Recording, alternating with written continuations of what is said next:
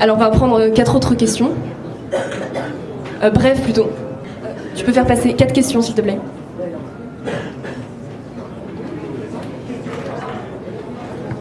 Je vous écoute. Allez-y. Allez, il faut que ça soit bref pour que le maximum de gens puissent parler. Ça marche. Tout à l'heure, vous avez parlé des journalistes. Oui. Plus fort. Non, c'est toi qui dois parler plus fort. Tout à l'heure, vous avez parlé des journalistes qui prennent parti, qui très nettement, c'est-à-dire que oui, ils ont le droit de dire ce qu'ils veulent, mais seuls ceux qui pensent bien ont le droit de dire ce qu'ils veulent. Voilà. Vous avez dit ça, mais je suis d'accord d'ailleurs. Mais c'est au-delà, je pense. Est-ce qu'il faudrait pas, qu'est-ce que faut-il penser de ce qu'a dit Patrick Cohen, qui a théorisé, qui a dit que c'était le devoir du journaliste de ne pas inviter M. Asselineau et les gens qui parlent, il n'a pas nommé, hein, ne pas inviter tous les gens qui parlent de façon dangereuse. Ça a été théorisé, voilà. Il a dit, il a répété, il a dit que c'était le devoir du journaliste de ne pas inviter les gens qui ont des pensées dangereuses. Merci.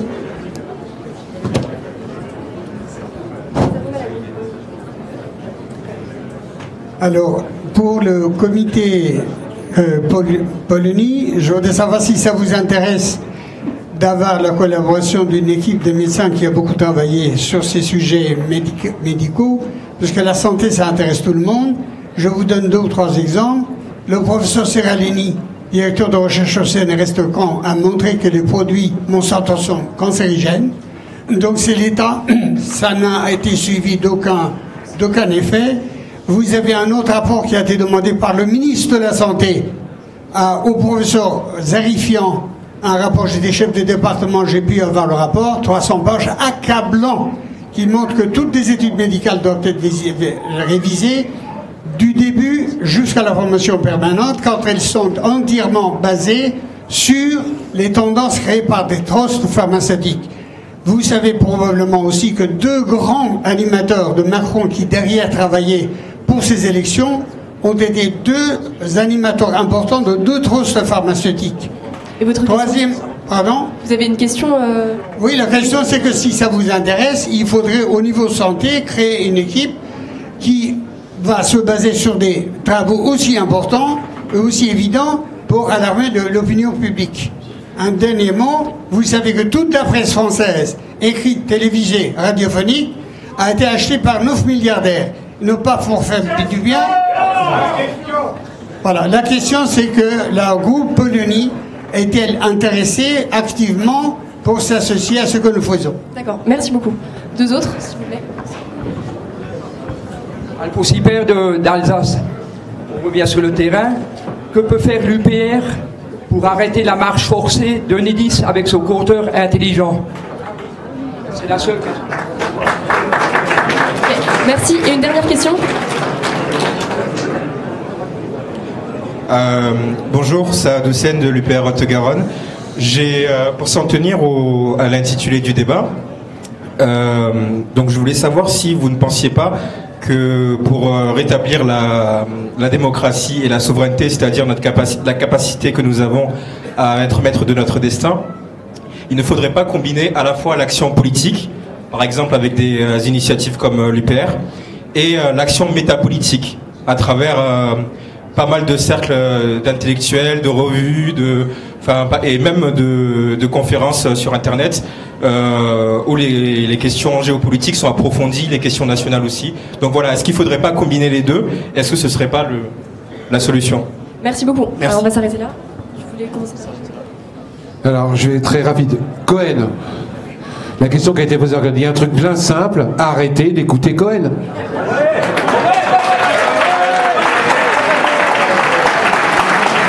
Nous sommes encore dans un pays où on peut le faire. Donc moi j'ai été foudrage par ces déclarations.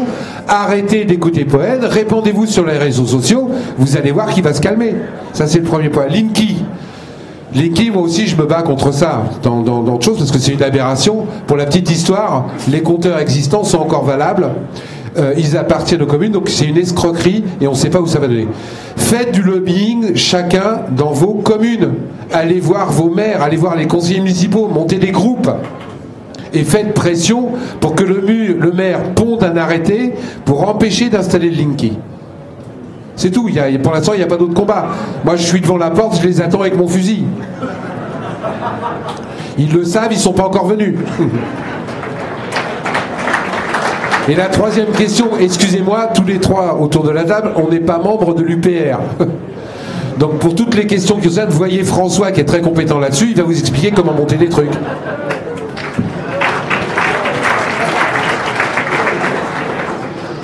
Oui, moi je veux bien dire un mot aussi sur Patrick Cohen. Effectivement, c'est vrai qu'il y a aussi une dérive d'une partie des éditorialistes et de la presse dans les médias, d'une sorte d'élite entre guillemets autoproclamée des médias qui ne sont plus dans le pluralisme, qui ne sont plus dans l'enquête, mais qui sont devenus un petit peu des prêtres, des donneurs de leçons, des directeurs de conscience qui expliquent aux gens ce qu'ils doivent penser et qui excommunient à la chaîne les gens qui ne pensent pas comme eux.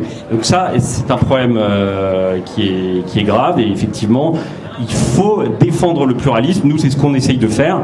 Et le travail journalistique, ce n'est pas de dire aux gens ce qu'ils doivent penser. Nous, au sein de Polony TV, par exemple, on invite des gens qui ne sont pas d'accord avec nous. Mais ce qui est incroyable, c'est que des gens qui détiennent 90%, 95% de la parole médiatique n'acceptent pas, eux, d'entendre, ne serait-ce que d'écouter les gens qui, eux, n'ont jamais accès à la parole. Donc ça, c'est vrai que c'est un problème fondamental, on est tout à fait d'accord avec vous, et c'est vrai aussi que c'est aussi à vous de vous brancher sur des médias alternatifs.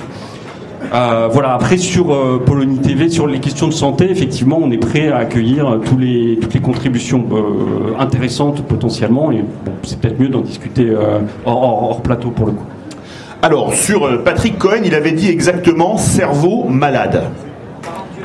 Oui, mais il parlait pas que de lui, il parlait de Messan. En fait, c'était un reproche qu'il faisait à l'émission qui a disparu, qui était de Frédéric Tadei, Ce soir ou jamais, c'est ça, qui était d'ailleurs une très bonne émission. C'est peut-être pour ça d'ailleurs qu'elle a disparu du service public.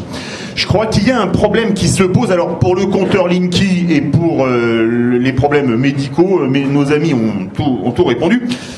Je crois qu'il y a un problème sur le service public. On parlait du pluralisme. L'autre jour, il y a Elisabeth Lévy qui a fait le buzz parce qu'elle a dit que sur France Inter, les humoristes étaient uniquement de gauche et ne riaient qu'entre eux de leur humour propre.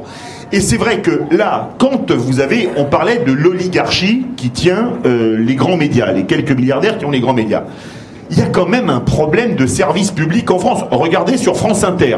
Le pluralisme va de Macron à Mélenchon. Grosso modo.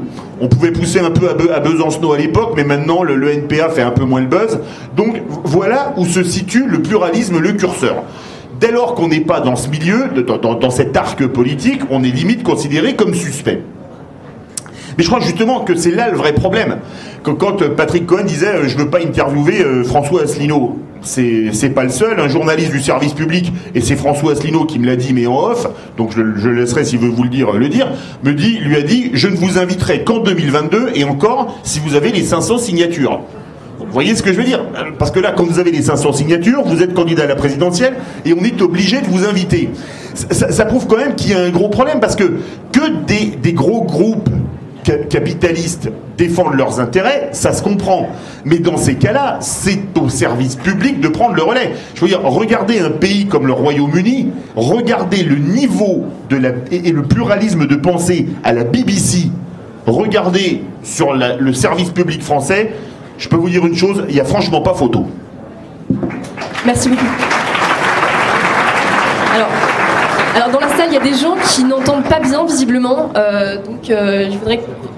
Oui, il faudrait un peu plus de silence si c'est possible, ceux qui sont derrière. Je sais pas si vous pouvez faire passer, moi je peux pas aller demander à tout le monde de se taire, donc voilà. On va prendre... Ah oui, alors il y avait le monsieur du Lot-et-Garonne qui disait qu'il fallait combiner l'action politique et l'action métapolitique. Haute-Garonne, j'ai entendu Lot-et-Garonne.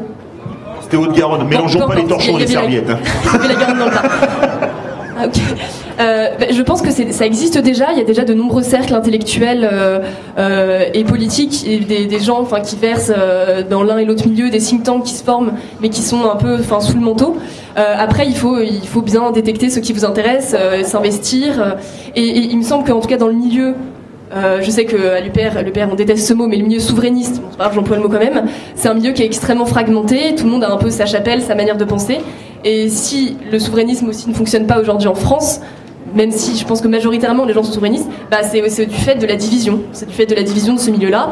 Et donc si jamais les gens restent que entre eux, dans leur petite chapelle, à défendre leurs idées, c'est aussi pour cela que ça ne fonctionne pas. Donc il faut peut-être aussi apprendre à s'éparpiller à droite, à gauche, dans tel ou tel cercle, au lieu de simplement être concentré. Mais c'est que mon avis.